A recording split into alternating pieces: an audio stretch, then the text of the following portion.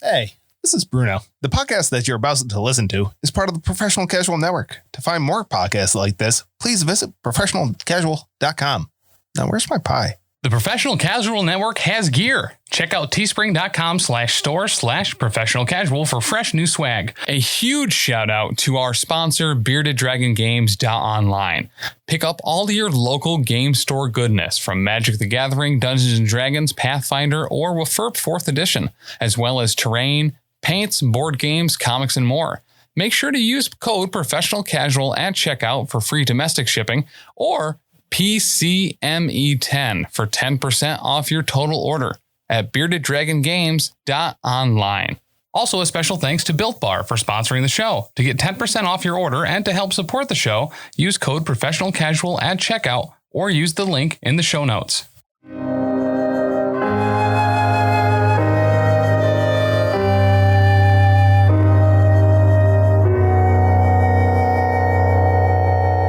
That scares me every time. Seriously. I know it's coming. I watch you hit the button. I tell you, yeah, hit the music. And it scares me every time. Yes. Yeah. So welcome to the Grim Podcast Perilous Adventure, where your host Dan here, the GM, gets scared by his own theme music. You know.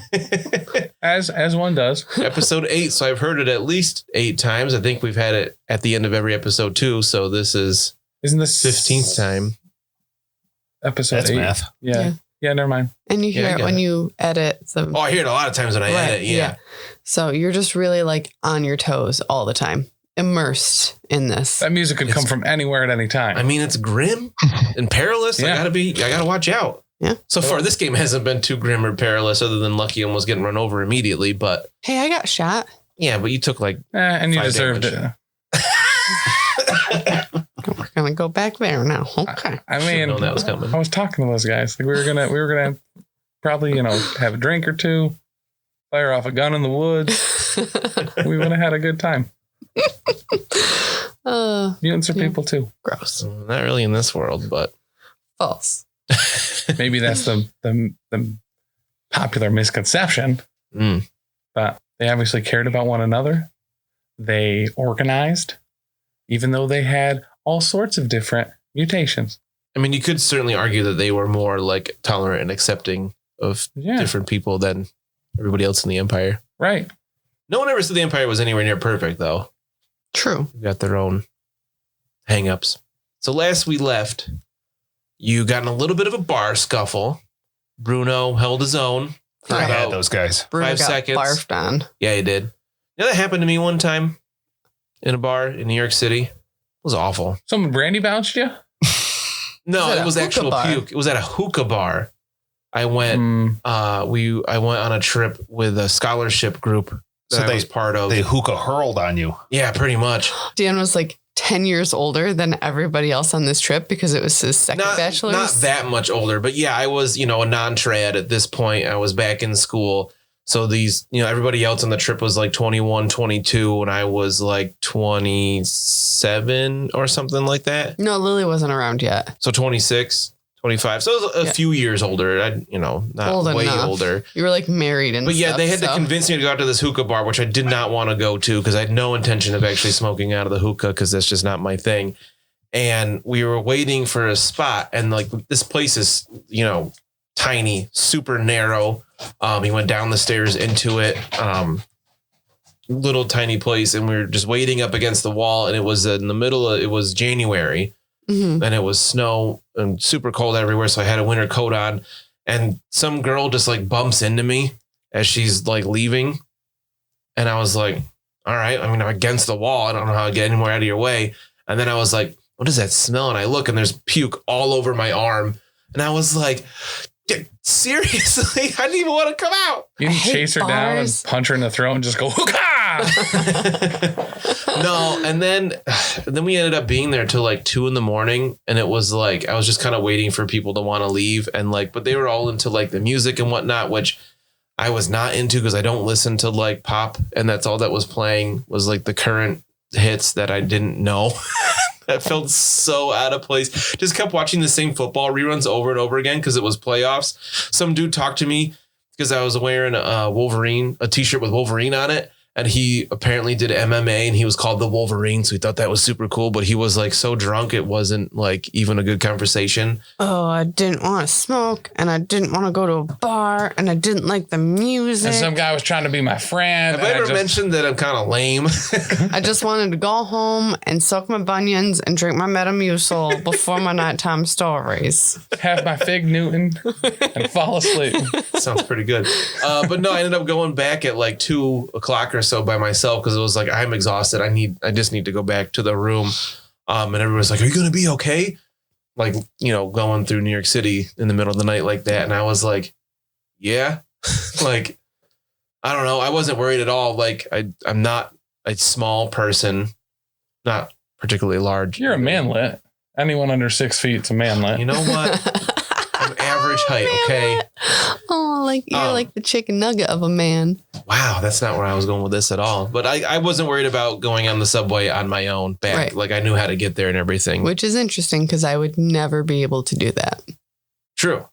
So, I mean, you'd probably be able to, but you would not feel safe doing that. no. Probably because she wouldn't be safe doing that. Right. I think is what she was saying. Yes.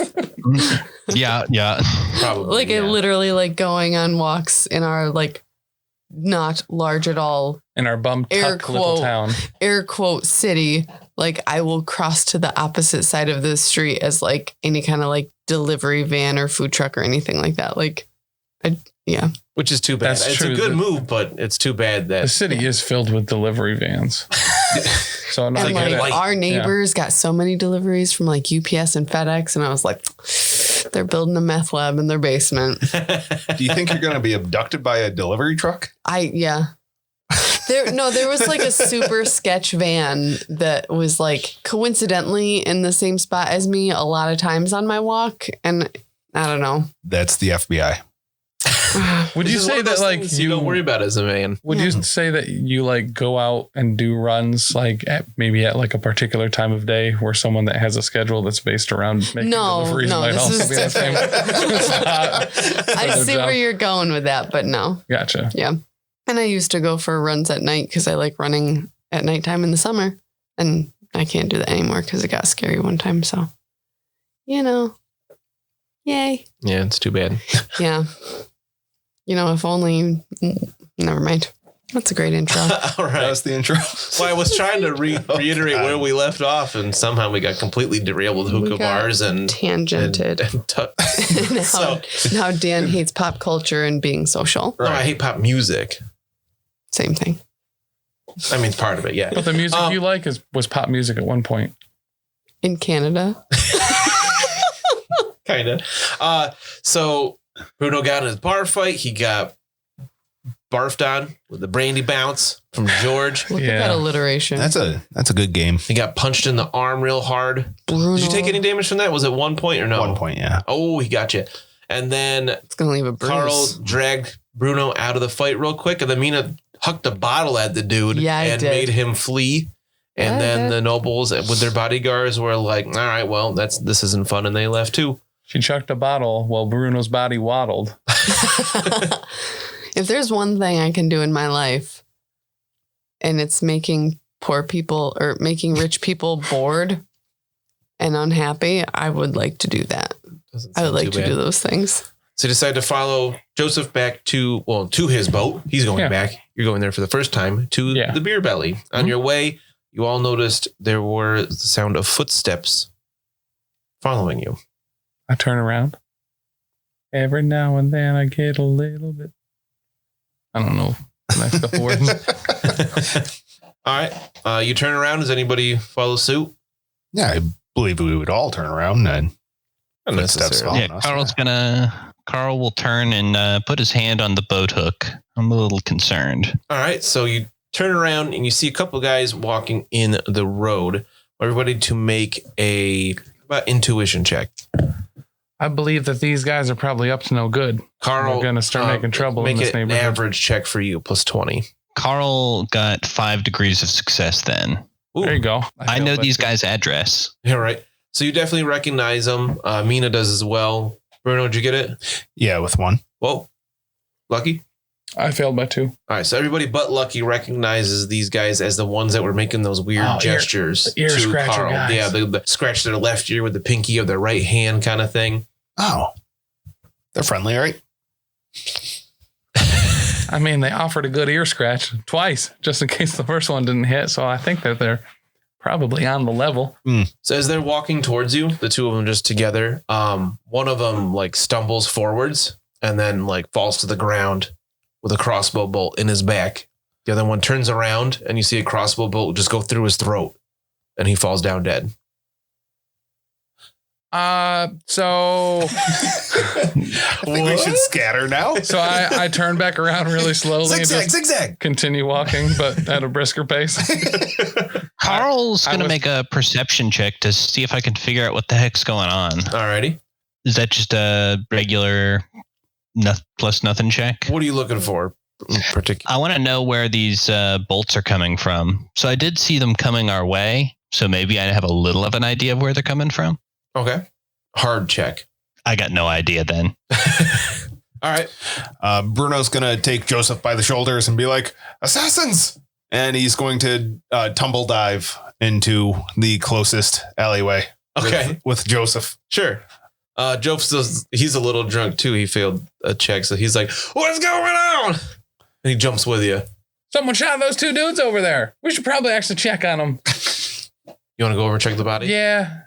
I mean, the one had a bullet go through the throat. He's probably not great. No. But the other one might be okay. Okay. There's probably still a shooter out there, though, still. Well, I mean, right. But crossbows come with more than 2 bolts. I know, but like, are they killing randos or are they just killing these 2 guys and skedaddling? Chances are they're just killing these 2 guys and skedaddling because they have been known to scratch their ears. In a suspicious way. In a very suspicious way. So you can go over and check the bodies? Yeah. All right. The one that got shot through the throat is clearly dead. Okay. There's a lot of blood. Gotcha. Check the guy that got shot in the back. Yeah. He's pretty dead too. Oh, gotcha. How many things do they have in their pockets? So you search their body? Yep. You find 2 daggers.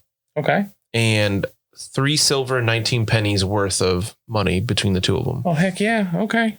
Any identification badges or Illuminati membership cards? Nothing more in their pockets. How thorough do you want to be in this search? I want to get in some crevices, bud. Okay. So you're searching pretty thoroughly. You notice the pulling their clothes apart or whatever. You happen to notice they both have a matching tattoo. Really? Yep. What's it of? On the right side of their chest. They both have a small, looks like a hand, pretty dark. All right.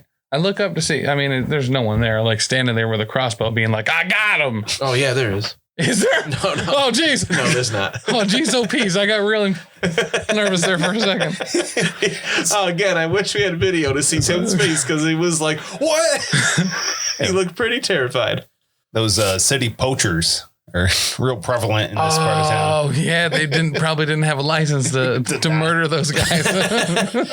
So do you keep the daggers too or just the money? Oh, yeah, for sure. Now I got 4 daggers. All right, because you got that one back from the thief. You pulled it out of his back. Yeah, so I got mine, I got Ross, and I got these other 2 dead This guys. group is shockingly good at throwing things at people. So, yeah, I'll just head back. I mean, there's no obvious dude running away or like a crossbow laying on the ground. Not that you see. All right. I mean, it is what it is. I just walked back to the group.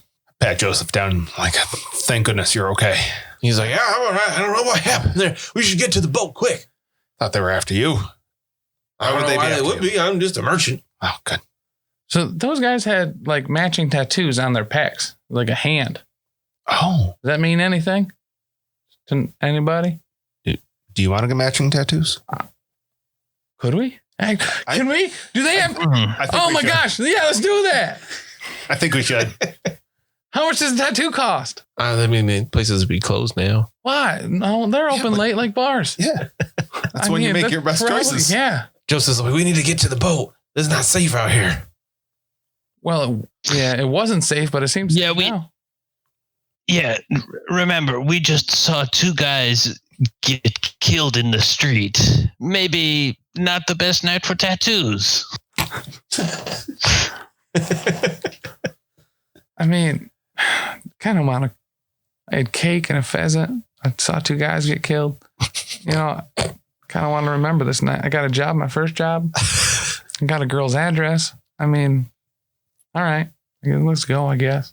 You guys gonna head to the boat? Unless we pass the tattoo place. Oh, then we definitely are stopping in. Yeah. Okay. So you head to the boat. It might be more than what you're expecting. I'm not sure what everybody was expecting, but there's multiple tattoo places on the way? The Beer Belly is a pretty impressive barge. It's roughly 75 feet long. What? And about 25 feet wide. That's a big boat. It is not a small boat. So you get an idea of what this boat looks like. It looks a little ratty. It's not exactly, Imperial Navy quality or anything like that, but there's quite a bit of cargo strapped down on the front on the deck. It's got pretty decent sized cabins, even if it's not the highest quality craftsmanship. He's got a bit of he doesn't have like a crow's nest up in the top because the barge has a sail, but it's not really what it focuses on to get down the river. It's usually the current of the river or get pulled by horses to go back kind of thing. And he's got like a forward crow's nest. I don't know what you call that. On the very prow of the ship, you can climb up a ladder to like a little landing to really get a really good eye view of everything. And then there's like a poop deck at the bow of the ship. This is probably going to be a pretty rough night for you trying to get sleep while drunk in a vessel that's rocking. I feel like Bruno would fall asleep with his head just over the side. Joseph leads you on over the gangplank onto the ship, and he says, "Here's the Beer Belly. Make yourselves at home, except in my room or their room." Joseph, this is a really impressive boat. I like to think so. I don't know about everyone else, but this was not quite what I was expecting. This is actually really nice. Everything that's happened outside those 2 dudes dying has been really nice since we met you, Joseph. I think you're good luck. It's been a good night. We didn't get killed. That's true. That's actually really true. So there's like other rooms like made up. We're going to I might have like my own room if I get to it quick enough. Is that like the deal? I mean, there's like space for you. There's not more beds. Gotcha. In here, he's got some hammocks he can string up real quick because he never knows exactly how many people he's going to have on board other than Volmar and Gilda and Elsa. They have their own rooms. If you go into the cabin that takes up most of the middle of the ship there, you see he's got his cargo is all like under tarps tied down. So it's, harder to steal kind of thing. Yeah. And to keep it safe while the boat's going. In those cabins, there's a couple big rooms where you can string up hammocks, and then there's stairs leading up, and above there is like a living area, and then his room, and then Volmar and Gilda's room. But they're all asleep at the moment, and he says, "Make yourselves at home. You can string up some hammocks and be pretty comfortable in there. I'm gonna hit the hay up top, and we can talk some more tomorrow. We'll be heading out first light." All right, sounds good. Thank you, Joseph. Thank you. Sounds good. And Carl's gonna try and guide Bruno to a hammock. Yeah, this is something that's going to be fun. Nothing new for Carl stringing up a hammock and sleeping in it, but Bruno getting in a hammock. I mean, getting in a hammock is difficult for anybody. Is everybody just going to hop into their hammock right away? Yeah. I think honestly though, for Bruno, he could be face down in the hammock with a bucket under him, and chances are he's gonna be good. It's gonna catch most of the drippings. So everybody, I'm going to have you make a challenging agility test to get into that hammock. Because who here has actually tried to get in the hammock before? Hammocks. I have. Don't get along. I was in a hammock like 2 weeks ago. Nice. Wow. Alex has really got it made. Sometimes it's really difficult, especially these are the kind where like, unless you're in it, it's like super flat kind of thing. And it's like cargo netting essentially. I failed by 6 degrees. All right. So you just flip right out the other side, plonk, fall on the ground. How'd Bruno do? Yeah. Bruno got a 98.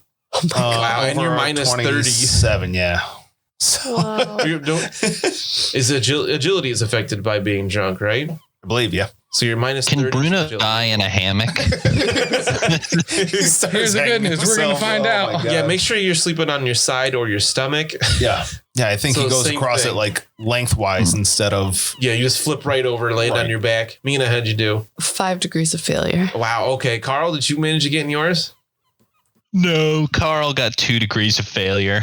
So nobody's able to get in their hammock the first try. You all kind of end up in various states of on the ground or just kind of catching yourself or whatever. I'm not going to make you test again and again until you get it. Just it takes a little while to figure this out and steady it enough that you can get in. And once you're laying down, it's actually pretty comfortable. You know, you move with the ship, so it doesn't affect people if they're going to be seasick as much. Sweet. But it's a pretty relaxing night, actually. Outside of Bruno waking up and becoming a fondue fountain. At this point, you guys going to sleep. Is a good time to do experience for since the last time. Yeah. Need to Altdorf and all that. Yeah. All right, first up, I'm going to give everybody the usual 50 for role playing since the last time. Yep. Since, as usual, that's been pretty stellar. And then you're going to get another 5 points for thwarting the baggage thief and earns his bag back. I hit a guy with a knife. You did. I'm going to give you guys 10 points for dealing with Max, getting him out of there. That jerk. Yeah, it was pretty not nice. I'm going to give you another 20 for meeting Joseph, befriending him, taking the job offer, getting to the beer belly, all that. So 85 total. Also, at this point, because you took the job from Joseph, anybody can enter the boatman career for 0 experience. Oh. If you want to change your career at this point, which actually I think Carl was saying he wanted to do. And I was like, oh, he gets to do it for free if you wish. And it is something that I'm going to be interested in doing here because I'm also going to, with the experience we just got, I'm going to be able to have all the prerequisites for leaving my class gracefully. All right. Cool. So if you wish, you can become, the first rank of boatman and it won't cost the extra 100 to change to that. Sweet. You can buy like talents and things from previous tiers if you pretty tier sure. up. Okay. I'll double check that, but so if I've met all my prereqs and I can spend 100 to buy into the next thing. Yeah, it costs 100 to move to the next rank. Okay. I'll do that.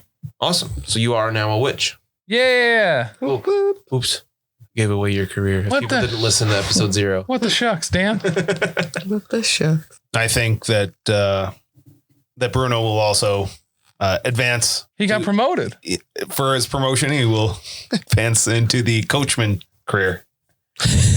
As he is now a fully fledged coachman with the 4 seasons line. See that in the morning. Now, with advancing on careers, you don't get any of the skills or talent or trappings just by making that switch. No, not yet. Okay. Yeah, you got to spend experience for that. Gonna need a pole. Big problem. I got one you can use. So you have a restful night. Everybody heals. If you're down any, you heal up your toughness bonus and wounds. I don't think anybody needs to make a check to heal more.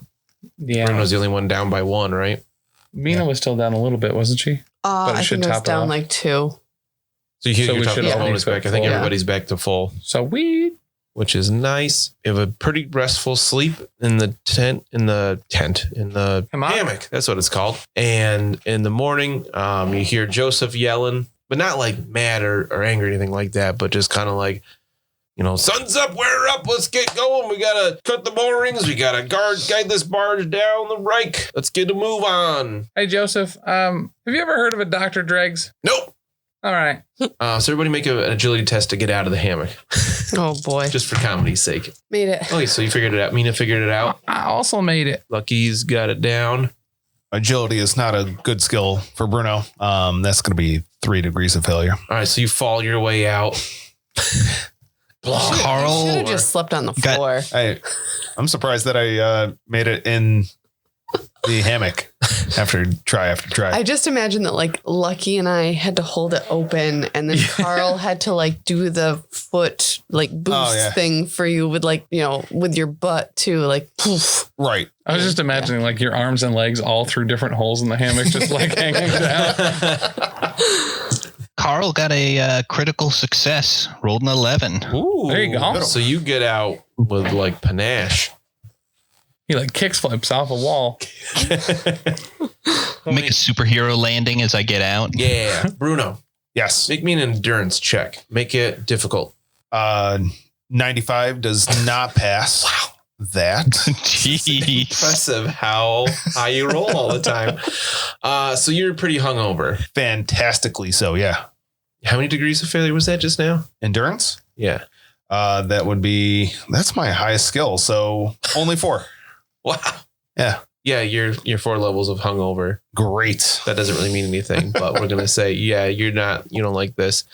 As you guys leave the cabin, you see it's a pretty bright morning, which is not what Bruno was hoping for. No. And Joseph is up and about.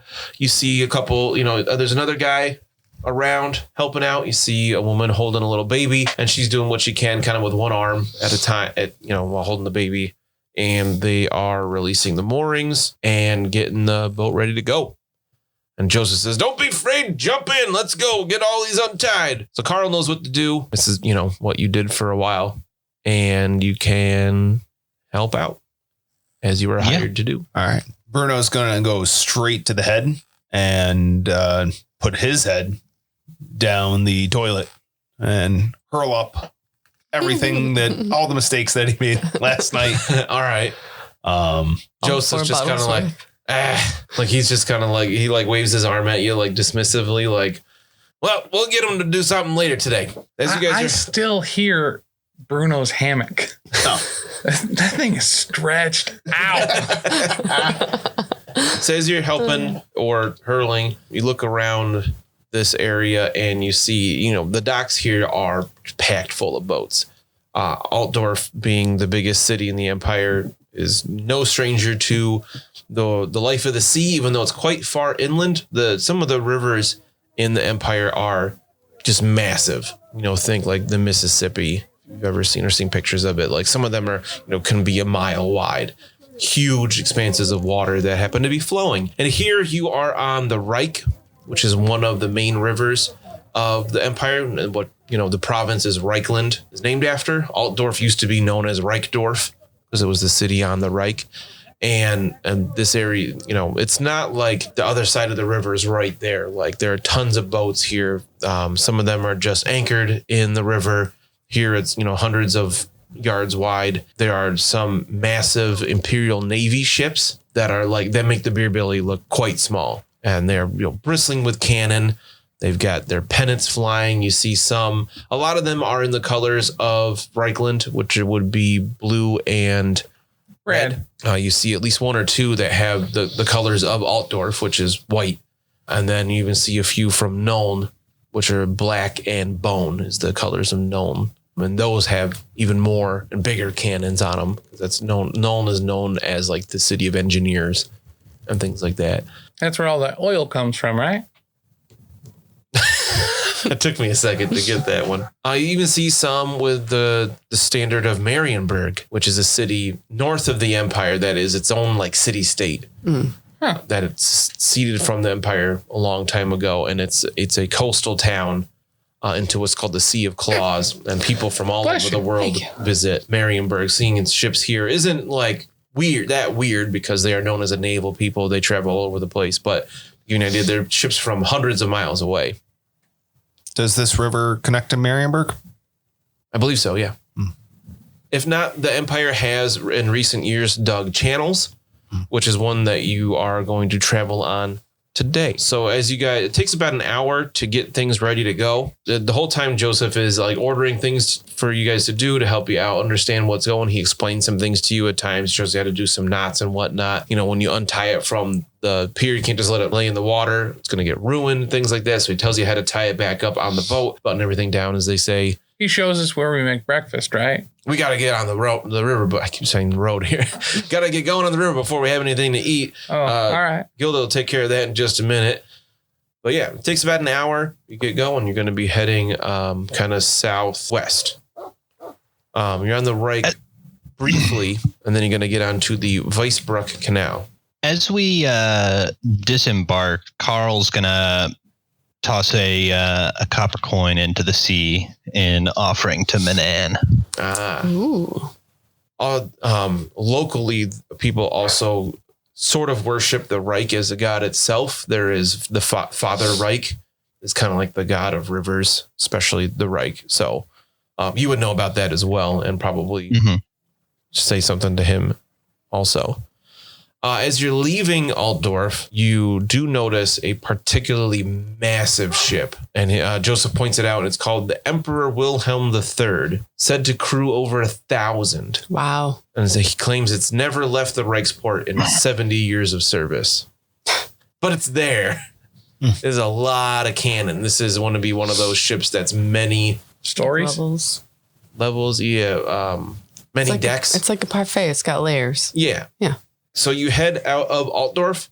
It's pretty slow but steady going at this point. The river is so wide that it's not flowing terribly fast. He also tells you that you're going to be in the Weissbruck Canal for 60 miles. Tells you it was completed in 2462 of the imperial calendar, which would be a little less than 100 years ago. It's to carry. It was made to carry coal and iron from the mines of Delfgruber directly to Altdorf to avoid the heavy tolls that you would have to pay to pass by Karaberg. It was originally designed to accommodate narrow barges that are towed by horses, but since it's been a while, and they've been able to open up the canal, make it a little bit wider for barges of all kinds to be able to travel on it, so they could get more revenue from tolls. It's only 25 feet at its narrowest point, so this barge is 23 feet wide.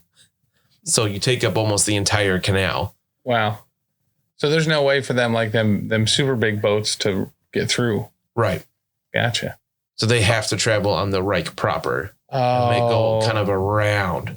So the Weissbruck Canal here cuts off a lot of travel, but it still costs a toll to go on, of course. But there are sections that are 50 feet wide that they call like passing lanes. So Gotcha. there are every once in a while you guys kind of move over, but for the most part it's pretty smooth. Almost as smooth sailing. I mean, it's kind of sailing. There is a sail on the barge, but not. He doesn't have it down at the moment. It's just kind of going with the flow of it. If you're going too fast, there's too much of a chance to bottom out because there's almost no room to maneuver. So Joseph, do you make the wine that you sell? Do you like own like a vineyard or something? Yeah, I'm thinking that Bruno's going to be missing for most of the morning, if not into the early afternoon. So as you guys are traveling along, floating along the canal, it's pretty peaceful. It's forest on either side. Before noon, there is a group of road wardens you see walking alongside. And you only have about a foot on either side, so they're not too far away. Like as usual, there's 5 of them. They're not the same ones that you've seen before. They were patrolling a totally different area. And they just kind of start chatting with Joseph, asking him stuff. I totally forgot you asked me a question, and Yeah, you railroaded me there. I was starting to look up at what it might be, but no, he doesn't make the wine. Does he buy it, or does he work for a company that produces it? How did you come to have so much wine? Well, my job is to get wine from places where they have it to places where they don't have it, so they can have it. So yeah, I buy it in Altdorf. Not cheap, but then I sell it along the Reich, for more, of course. I'm going to stop in Weissbruck. We'll get there soon. What's in Weissbruck? Tell me about Weissbruck. We're going to sell some of the wine there. It's a small town. Are we going to stay there overnight, or? Oh, no, we'll stay on the boat. Oh, we don't have time to go out and see Weissland? Well, hopefully we'll get there before the end of the day. Hopefully before the rain comes down too hard. You notice above the clouds are starting to darken a bit, as is usual. So I put my rainbow out. Try to find a good spot out of the way someone steps on it. Yeah. Yep. Is it the same bowl from that I the stole? 7 Spokes? Yep. You stole it? It's a 7 Spokes bowl. Okay. Easily the nicest rainbow I've had. I mean, it's like halfling made, so. Yeah. So Joseph, are these your daughter and nephew, or your son and niece, or what's the deal? No, I hired Volmar years ago. Help me out. He seemed like he had a strong back. Gilda came with him. Figured she could help out too. So hired them both. Not too long ago, they had Elsa, and she's just cute as a button, so I can't tell them they can't have her here. Oh, been working out just fine. That's neat. What did you do before you were a wine wholesaler? Oh, man, I've been doing this a long time. Kind of strokes his beard, takes a swig of wine. He's got another bottle with him. Well, I worked with Carl's dad there, loading up boats is something I've been doing my whole life. Gotcha. So did you never you didn't have like a cousin or anything? You never had kids or? I don't know what a cousin has to do with it, but no, decided to be a bachelor. Gotcha. You never fell in love? Never found someone on the open river? While you're asking him these questions, you hear somebody shout over the water that says, "Get your fat barge off the Weissbruck." I look around for a fat barge. They're talking about you, but there's a smaller boat behind you on the canal that isn't nearly as wide, much smaller, kind of looks probably cargo kind of thing, but not nearly as big as the Beer Billy.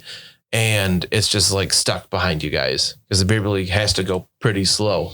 Yeah. But it fits. Do we even have room to move over right now? No, but they're just like yelling because they're mad. I mean, do you want us to slow down?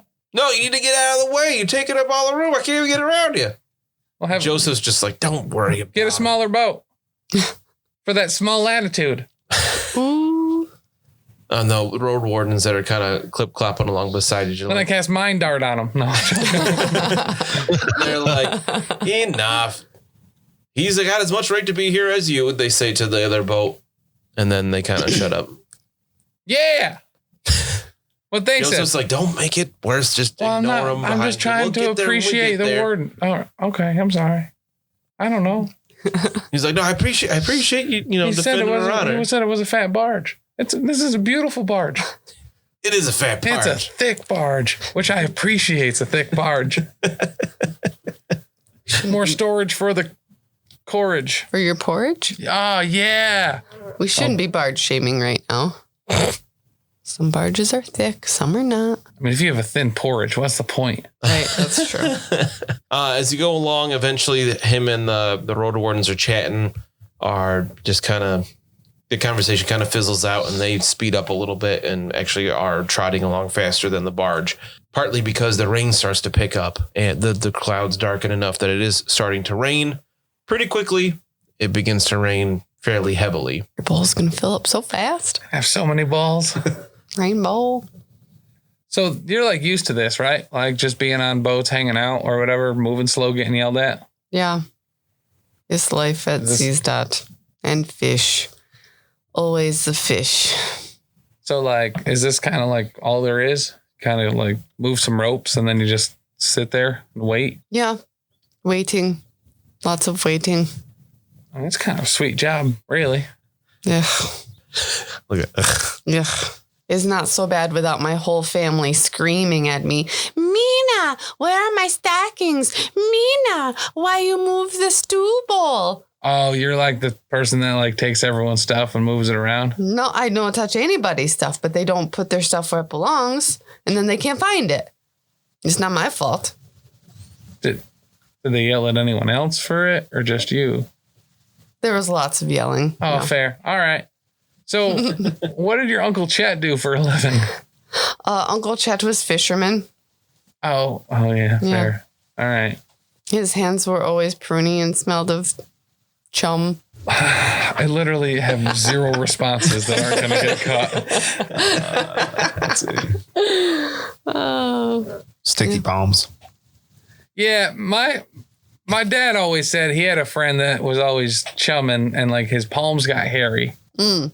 Like it must be certain fish have really tiny bones or. It's very interesting because you like reuse the fish to catch more fish. You use the head and the guts and the bones you put in water to catch more fish. They're so stupid, the fish. That's actually really kind of nice. You use all the parts. Oh, yeah. So fish are cannibals? Is that kind of what I'm gathering? Yes. So you're saying that that's fine if a type of animal eats its own kind? That would not be alarming for you? Because they are brainless. Well, Ralph wasn't too smart either. Well, that's true. He was eating another person. Right, which as we've discerned is okay. I don't think they were using that man's hand as bait, though. Well, right. Yeah. Does Lucky have like Lord Lawyer on there or something? No, he does not. He is channeling lawyer. Yes, channel. Channel that lawyer. So the rest of this part of the trip is pretty uneventful. You guys can have conversations like this all day. Joseph says while it's raining this hard, you don't have to be out on the deck. You can be in the cabin, stay dry. The other two stay in there. He's got like a rain jacket kind of thing on while he's piloting so he doesn't crash into the sides.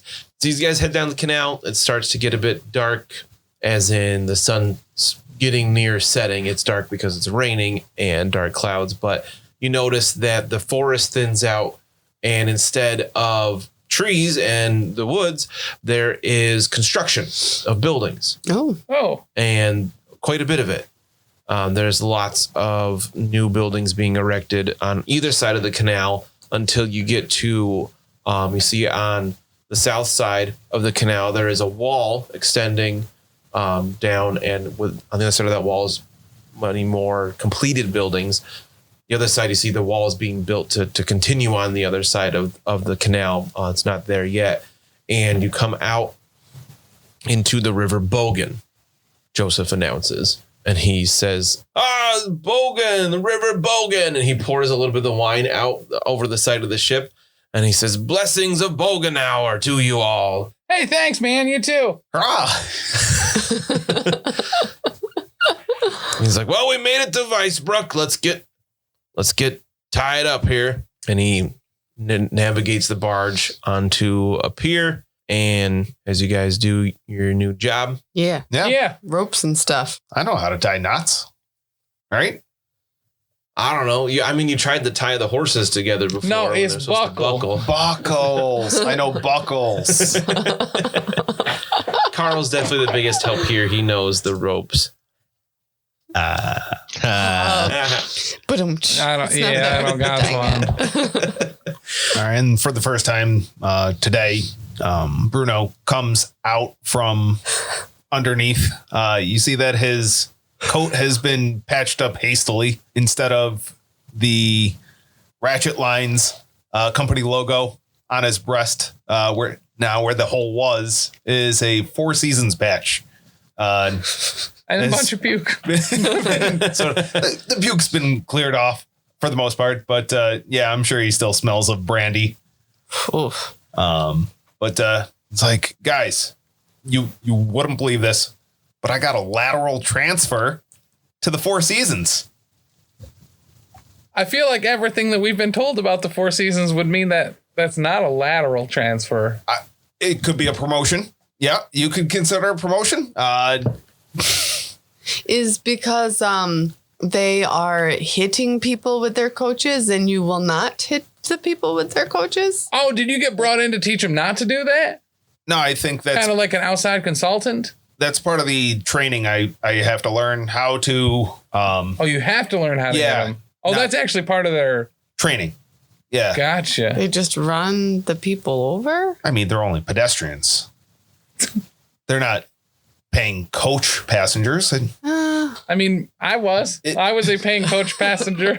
It pays to be in a coach. Yeah, no, I agree. Well, congratulations, my friend. Yeah, hey. You definitely deserve the promotion. That's actually really exciting. That doesn't make a whole ton of sense, but it's very good news.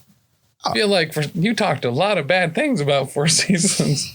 Kind of hoping that you were going there to clean them up, but all right. At this point, it's pretty near night, and you got so Weissbruck here is a small city that clearly is in the middle of expanding.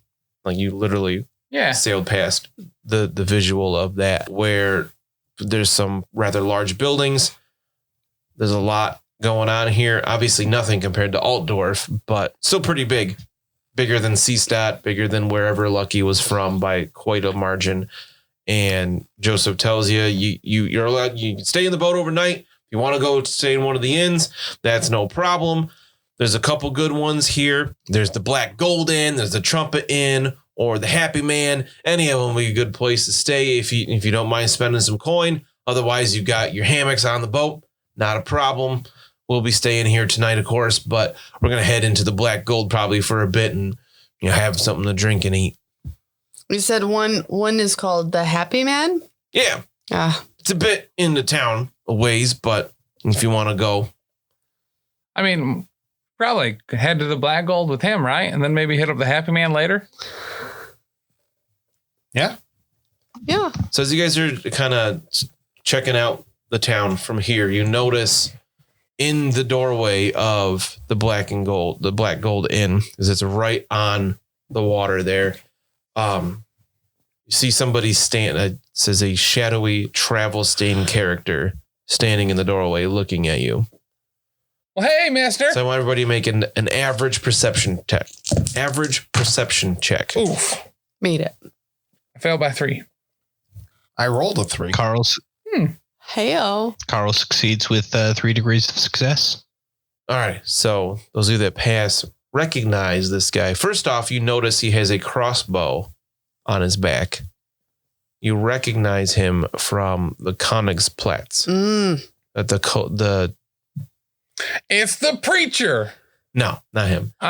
He wasn't on the Königsplatz. He was on the street of the 100 Taverns.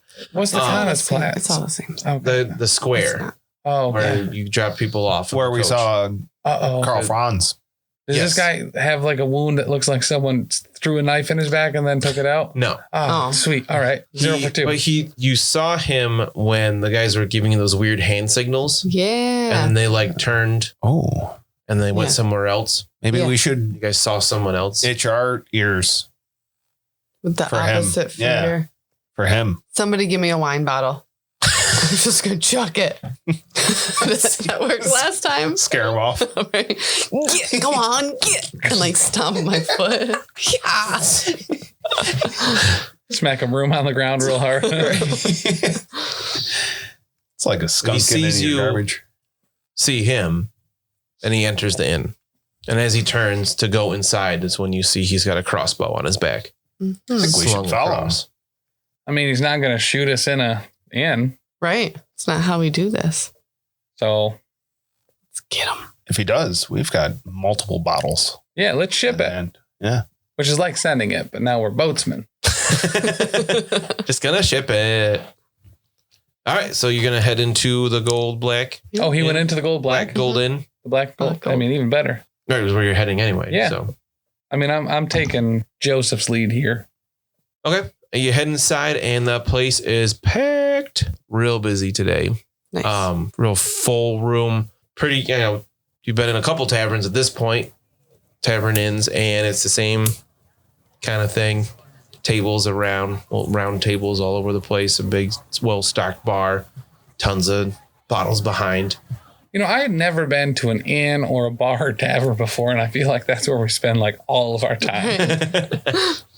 But if you enter, you don't see that person. Huh. Maybe he was a ghost. Yeah, did Joseph get a table? Yeah, so he just kind of follows you guys in. He doesn't. No, I'm following him. I'm taking his lead. All right, so yeah, he just kind of walked in. We talked about that crazy gait he had where he takes Yeah. like huge steps and he Yeah. always swings his arms. He goes in and the barkeep is like a buxom woman. Oh, As yeah. you said something about last episode. A large woman, but not that tall, Gotcha. but large. And she says, "Oh, Joseph, welcome back." And he's like, let's get a table. And she says, take a seat where you can fit. Because there's Right. Because six it's busy. of you, seven Yeah. of you, Yeah. and a baby. Is there any place that Bruno could fit? Table for 7 and a high chair, please. Yeah, so you go to a table. It's busy, but there's a room, last table in the place. You guys can have a seat. Nice. I'm going to keep like scanning the room for the guy with the crossbow. Okay. I'm pretty certain he was a spooky ghost. He's probably gone. This is a group hallucination, like when you lick the spines on the silver belly hoffa fish. I don't actually know about fish in real life, so I don't know why I thought that was. I had a good buddy, idea. Jimmy, that really liked half a fish. He Yeah? was all right. Did he get mutated? Well, yeah. Yeah, he did. Well, they never found him, so who could say? They always used to say, "Oh, there's Jimmy. He loves Hoffa fish so much. We should call him Jimmy Hoffa." Well, when you lick the spines, it makes you smell the colors. Smell the colors. It's fun time for children in Seestadt. And also, when you need to learn a lesson, you can put it in someone's tea. The whole fish? No. The colors that you taste? No. The liquid from the spine of the fish, the pokey out part. Oh, you got to milk the spines. Yes. Spine milking. Yes. I've never heard of that. Yes, it's a skill in Seestadt that all children are taught after their 5th birthday. Huh. Yep. It's a rite of passage. And then we all start milking the spines. I would love to see you milk a fish spine sometimes. That sounds really interesting. If we happen upon a huffa fish, I will show you how. It's a very useful skill. And like I said, the excretion is very handy for mischief, if you will. Oh. Not harmful, just fun. What does it do? Does it make people hallucinate? Oh, hallucinate. Yeah, you said that. Yeah. I remember. Oh, gotcha. Yeah, because we all hallucinated that dude, that ghost. Exactly. And one time, my friends and I all had some, and we put fish heads in my sister Inga's bed, and I got in a lot of trouble. But was funny. She screamed. Is that like the time in real life where you put a box of clamshells under JB's bed in college? And he didn't find it for a month. I mean, that's what I thought was going on. And I put them in a box with Dan's name on it, because it was like a package that your mom had shipped to you. So it's not like we could have it wasn't me.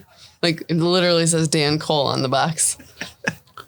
I thought you put it in that box, so if he saw it, he'd be like, "Oh, well, this is Dan's. I shouldn't open it." I don't know why Dan put this box in my bed, but I'm going to respect his privacy. I think that might be my absolute favorite example of you escalating, like getting back at somebody. Yeah. Because it was like JB didn't come over and hang out with us one weekend when you were visiting, so you put a box of clamshells under his bed. Where did you get the clamshells? We had surf and turf. You didn't come over for the surf and turf party. If you came for dinner, we had surf and turf. And In college? In college, yeah. God, you guys are rich. I mean, it was probably like super on sale. I think it was like, quote, surf and turf, where like I think we had burgers and clams. We definitely didn't have like steaks. And like the clams were ridiculously on sale. Was that from the Big M that was up there? Probably. IGA. IGA, yeah. And JB lived in a single and would... No, he lived in the suite at the time. Oh, right. So we just knocked on the door. One of the suite mates answered and we're like, we got to put this in JB's room. And they're like, okay, he leaves it unlocked when he's not here for whatever reason. So we just put it under the bed and left. It was perfect. Oh, yeah, that suite was gross anyway. Yeah. So yeah, with the sock soaked in vinegar. Yeah. On top of the vinegar bottle. He would never tell us why it was there or what it was. There was this big jug of vinegar. And he had like a sock stuffed in the top, like a Molotov cocktail. And the whole sock was soaked in vinegar. And we had the one guy was outside of his room. His name was Dave, right? Yeah. No, I thought it was the guy that talked like Homestar Runner. Yeah. Chris. The other one was Dave. Yeah. Well, hey, Dan. Am I getting that mixed up? Chris. Yeah. And we constantly asked him why it was there, and he would never give us a straight answer. Yep. Good times. JB still won't tell us either. Yeah. I don't know if JB knows. No. He also had like a IV stand. So when he was really hungover, he would just hook up an IV to his arm. Yep. Of like a saline solution. Yep. And then rehydrate himself. I appreciate the commitment. Honestly. Didn't spend a lot of time in JB's suite that year. No. It was weird. Yeah. Because JB was too busy to hang out with us, which is why I got clamshells under his bed. Just saying. I don't even want, because you flaked on us today, I don't even want to warn you what's coming your way. Not my fault. It was 100% Lindsay's fault. Yeah, but who was 100 clamshells richer? That's true. There you go. So while at the Black Gold Inn, it's pretty obvious that Joseph isn't buying everything this time. Oh, then why are we here? Well, as long as we don't get 17 bottles of wine this time, it shouldn't be too bad, right? Four Seasons pays for this, right? Four Seasons, unfortunately, they're a little cash strapped right now. Oh. It's company policy that everyone pays their own way. I miss Ratchet Lines. Yeah, Ratchet Lines is real good. They're very high end. Joseph, I'm going to level with you, man. When do we get paid? After we get to Bogenhofen, I'll pay you for the whole trip. You got to do the work before you get paid. You know how it is. I mean, how are we going to eat, though, like on the way there? Well, dinner's only 2 pennies. Only 2 pennies. Ugh. All right. As GM, I know you have it. Listen. So, everybody going to buy hot dinner? I'm buying hot dinner. Yep, Carl's got to eat. Yeah. Lucky, I will buy your dinner for you. Oh, Mina. Wow, you're here. Thank you. I am a person with coins in her pockets. I am here. Yeah. Well, thank you, Mina. Wow, that's kind of harsh. What? You're here. I mean, it's a lot better than, he's not wrong. Mina, you murdered my friend. That's progress. Yeah. Yeah, true. Baby steps. We're making Bruno steps right now. Little waddling steps. Unsteady on our feet, but still persistent. All right, so dinner here's nothing like you had at the Boatman Inn last night. It's not a huge chicken all to ourselves. Right. Oh, gotcha. It's hot, though. Like, it's another stew, kind of like at the Seven Spokes. Not as good. It's not halfling made. But, like, it's serviceable. It's not terrible. It's not, cold fish or whatever Mina's used to. She is happy with literally anything that didn't live in water. Right. So it's kind of the same thing where it's like kind of mystery meat and vegetables in a broth.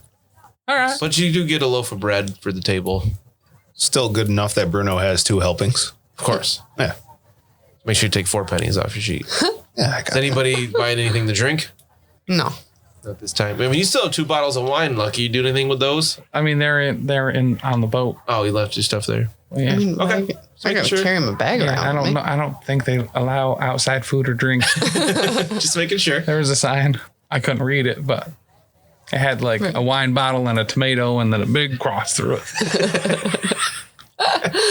So dinner passes pleasantly. Joseph is fun to eat with. He's great. He tells all kinds of stories about things that have happened on the river. A time they got attacked by goblins, and luckily the road wardens came and drove them off pretty quickly. But There's river goblins? there are goblins randomly. Sometimes little packs of them attack things. Huh. They think they have superior numbers. So what's the Happy Man? Is that just another inn or? It's another bar. It's a tavern. Gotcha. I mean, do we want to bar hop a little bit? So that one is just a tavern. It's not an inn as well. Yeah. You're not going to pay to sleep anywhere if I've got a perfectly serviceable hammock on the boat. Right? It's free. Free is for me. Third favorite 4-letter F word. So you finish up dinner. Are you going to head somewhere else to not drink there too? I mean, that's not necessarily the case. I'm keeping my eye out for that crossbow guy. I almost said CrossFit guy. Are you just going to look around? Or are you going to ask about him? Ask around. I'll ask around. That's cool. Want me to do like a gossip check? Yeah. Oh, okay. All right. Yeah, nobody knows anything. 3 degrees of failure. Yeah, either nobody knows anything or you didn't talk to the right people, but yeah. Hello, have you seen a man who looks like he may be a hallucination from ingesting fish venom? They're like, what? Never mind. What are like legal mages called?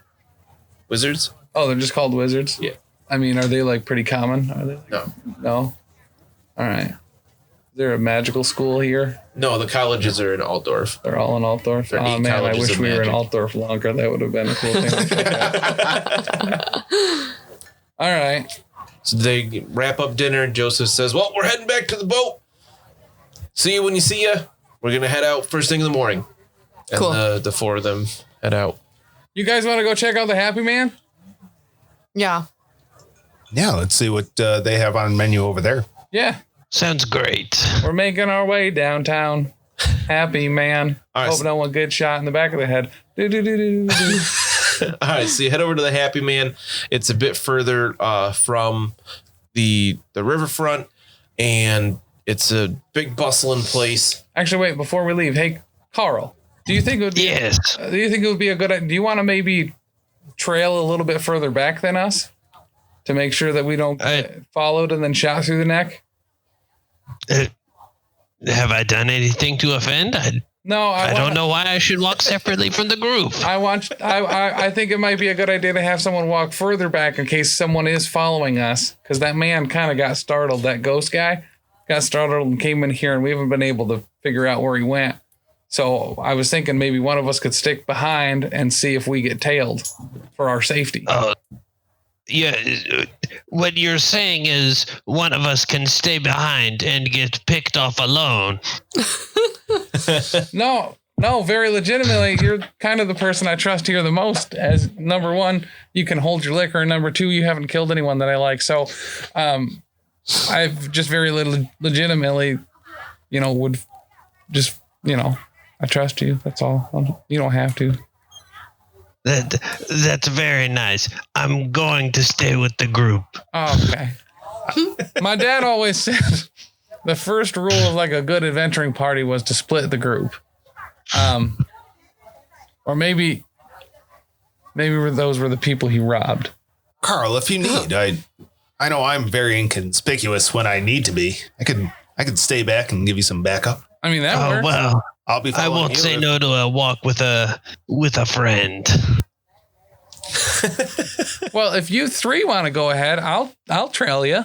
What? I'm a good sneak man. I'm not inconspicuous enough. No, you're almost Too conspicuous. Yeah. I've just seen. It's not that I don't. Oh, okay. You were just so really good at being conspicuous that I really want to play up your talents. Oh, fantastic. Then I shall go then. Yeah. All right. So what are you doing? So the three of them are going to go ahead to the Happy Man, and then I'm just going to wait a few minutes and then walk way, way, way behind them. Okay. So as I get to the door, I will turn back and I will say, I am leaving now. I'm exiting to go to the Happy Man Tavern Oh my gosh. and not coming back here. A lot of people stop talking in the end and just kind of look at you, and they're like, someone's like, all right, then leave. I am right now. Dude, Bruno is so good at being conspicuous. We really picked right with this plan. So Bruno, Carl, Mina all head to the Happy Man. The Bruno, the Carl, the Santa Menina.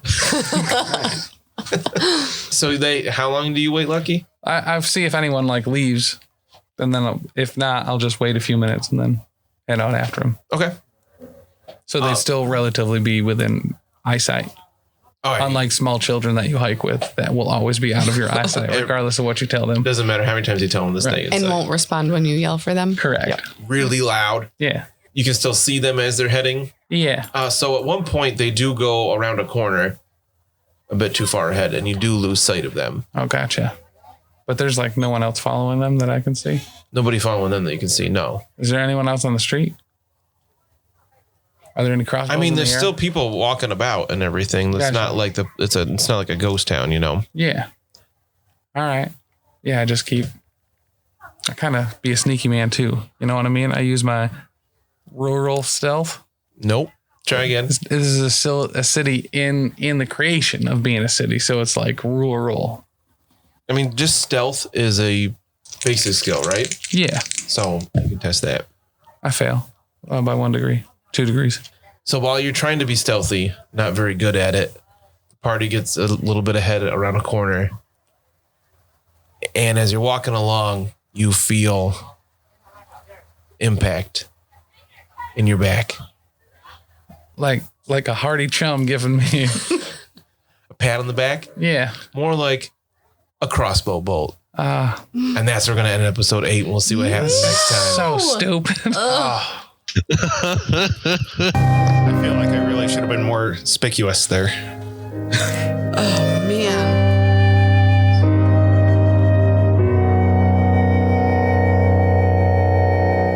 Thanks so much for listening. If you've enjoyed this, check out all of our other great stuff over at the network. For example, dropping Mondays, we've got the Lost Omens podcast, our Pathfinder 2e actual play podcast. Join us as we start off with the Extinction Curse and navigate the world as members of a traveling circus.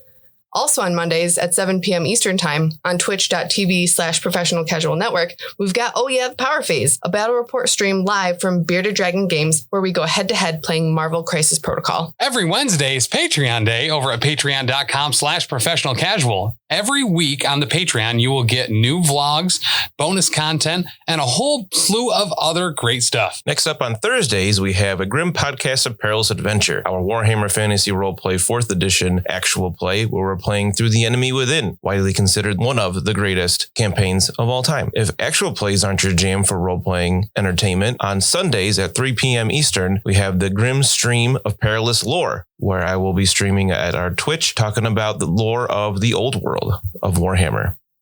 Every Friday, get ready, big chuckers, because Elite 8 Showdown is out both as a podcast and on YouTube, where we take a 8 subject bracket that can be about anything and everything, pit them against each other and fight them to the death. And you can always hop on over to any of our social media sites and check us out there and get in touch with us if you need to. Over on Twitter, we're at Top Tier Casual. Instagram and Gmail are both The Professional Casual. And then on Facebook and our website, it's Professional Casual.